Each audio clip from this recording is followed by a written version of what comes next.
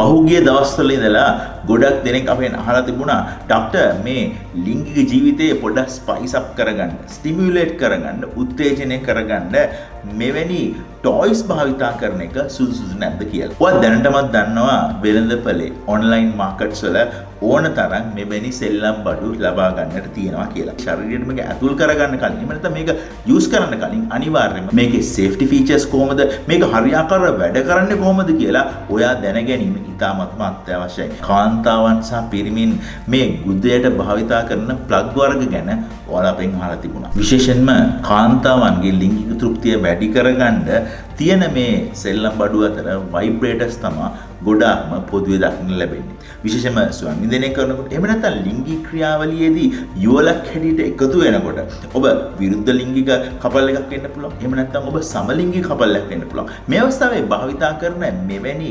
විවිධ මේ සෙල්ලම් බඩු සම්බන්ධව ඔයාලා අපෙන් තොරතුරු අහලා තිබුණා. ඉතින් මම හිතන්නේ අද වීඩියෝ එකෙන් ඔයාලට ඒ සම්බන්ධව නිවැරදි තොරතුරු ලබා ගන්න හැකියාව ලැබෙනවා විතරක් නෙමෙයි ගෙදරදීම මේ වගේ ඉක්විප්මන්ට් එකක් ගෙදර තියෙන දේවල් වලින් හදන්නේ කොහොමද කියලාත් මම වීඩියෝ එක අන්තිමේටම කියන නිසා මේ වීඩියෝ එක ඉවරනකම් අනිවාර්යෙන් බලන්න.